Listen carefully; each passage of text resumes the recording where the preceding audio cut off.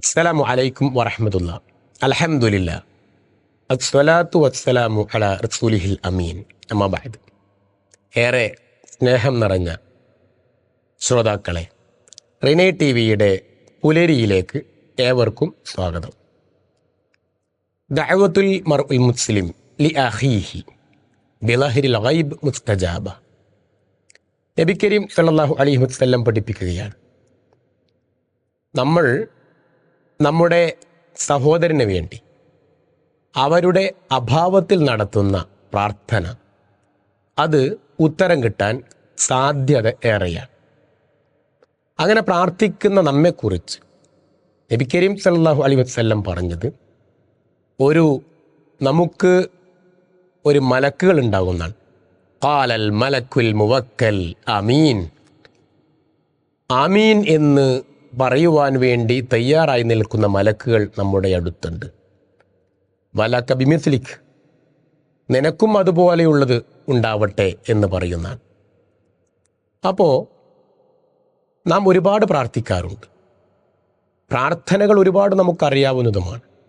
നമ്മുടെ കൂട്ടുകാരന്, നമ്മുടെ ഉപ്പ, നമ്മുടെ ഉമ്മ, നമ്മുടെ ജ്യേഷ്ഠാനുജന്മാർ, നമ്മുടെ പെങ്ങൾ, നമ്മുടെ ഉറ്റവർ, നമ്മുടെ ഉടയവർ, നമുക്ക് വേണ്ടപ്പെട്ടവർ, നമ്മുടെ കൂട്ടുകാർ, നമ്മുടെ ഇൻറ്റിമേറ്റ് ഫ്രണ്ട്സ്, ഇങ്ങനെ വലിയ വിശാലമായ ഭൂമികയിലുള്ള നമ്മുടെ പരിചയക്കാർക്ക് വേണ്ടി, അല്ലാത്തവർക്ക് വേണ്ടി, നമ്മുടെ സഹോദരന്മാർക്ക് വേണ്ടി നമ്മൾ പ്രാർത്ഥിക്കണം എന്നുള്ളതാണ്. എന്തിന് എന്ന ചോദ്യത്തിന് ഉത്തരം, ഒന്ന്, നമ്മുടെ പ്രാർത്ഥനകൾ എളുപ്പത്തിൽ സ്വീകാര്യമാവാൻ.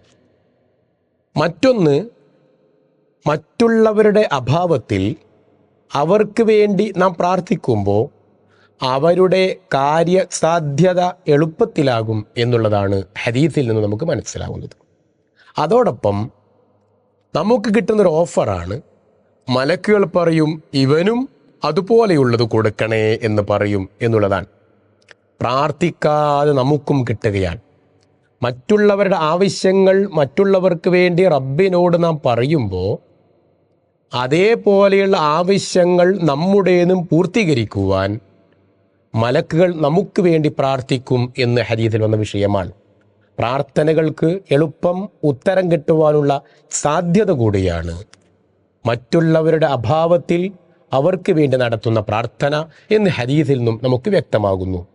അതിനാൽ സഹോദരന്മാരെ, സഹോദരിമാരെ, നാം നമ്മുടെ ജീവിതത്തിൽ എന്നും നമ്മുടെ എല്ലാ പ്രാർത്ഥനയിലും 5 വഖത്ത് നിസ്കാരശേഷവും പാതിരാത്രികളിലും അങ്ങനെ ഓരോ നേരങ്ങളിൽ എപ്പോഴൊക്കെ നാം പ്രാർത്ഥിക്കുവാൻ മനസ്സ് തോന്നുന്നുണ്ടോ അപ്പോഴൊക്കെ മറ്റുള്ളവരെ കൂടി അവരുടെ ശാരീരിക വിഷയം, ആരോഗ്യ വിഷയം, ദീനീ വിഷയം, കടബാധ്യതകൾ, സാമ്പത്തിക വിഷയം ഓരോന്നും എടുത്തു പ്രാർത്ഥിക്കുവാനും കൂടി ശ്രദ്ധിക്കണം. അള്ളാഹു തൗഫീഖ് നൽകുമാറാവട്ടെ. അസ്സലാമു അലൈക്കും വറഹ്മത്തുള്ളാഹി.